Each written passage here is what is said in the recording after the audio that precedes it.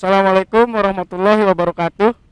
Pak Ustadz, saya mau bertanya mengenai mengapa Allah Subhanahu wa taala menciptakan malaikat sedangkan Allah Subhanahu wa taala itu bisa segala-galanya. Mohon penjelasannya Pak Ustadz. Sekian dari saya. Wallahu muwaffiq ila aqwamit thoriq. Wassalamualaikum warahmatullahi wabarakatuh.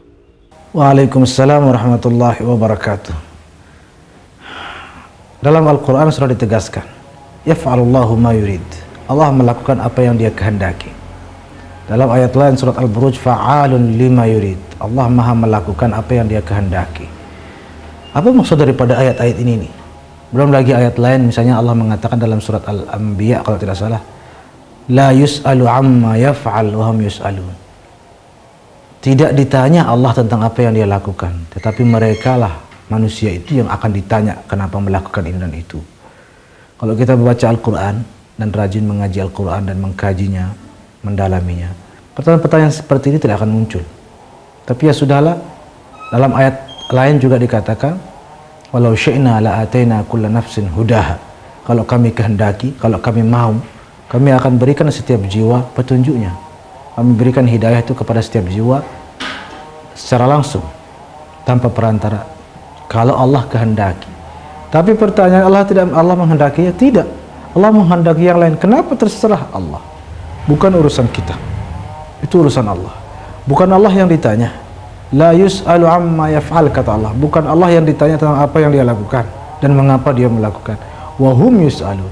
Kalianlah wahai manusia yang ditanya kelak kenapa melakukan ini dan kenapa melakukan itu.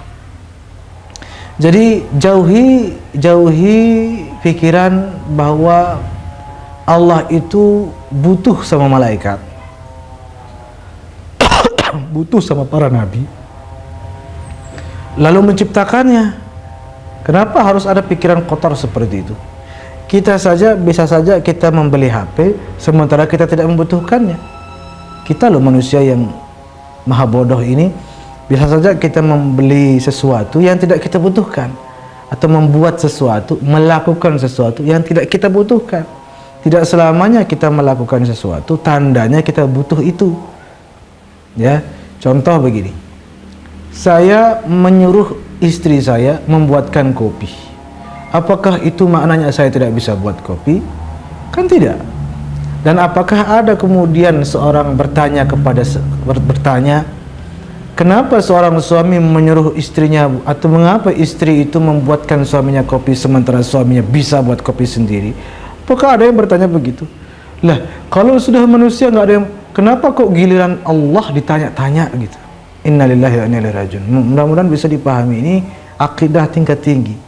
Ini kajian-kajian akidah seperti ini penting dan banyak orang tidak menghayatinya, tidak banyak yang mengkajinya dan menginsafi, menyadarinya.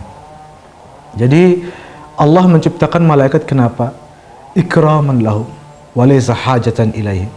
Allah memuliakan para malaikat, mempergunakan malaikat itu supaya malaikat dapat kemuliaan dari Allah. Senang sekali malaikatnya dipekerjakan oleh Allah agar malaikatnya dapat kemuliaan. Bukan karena Allah butuh sama malaikat. Kita pun begitu, bisa saja kita mempekerjakan orang karena kita ingin membantu orang itu, bukan kita membantu diri kita. Sebenarnya kita gak butuh dia. Walillahil mathalul a'la. Jadi kalau di kalangan manusia saja kita sebenarnya sudah tidak terlalu mempermasalahkan hal-hal. Kenapa di giliran di Allah kita mempermasalahkan dan mempertanyakan? Kemudian ini tidak kalah penting.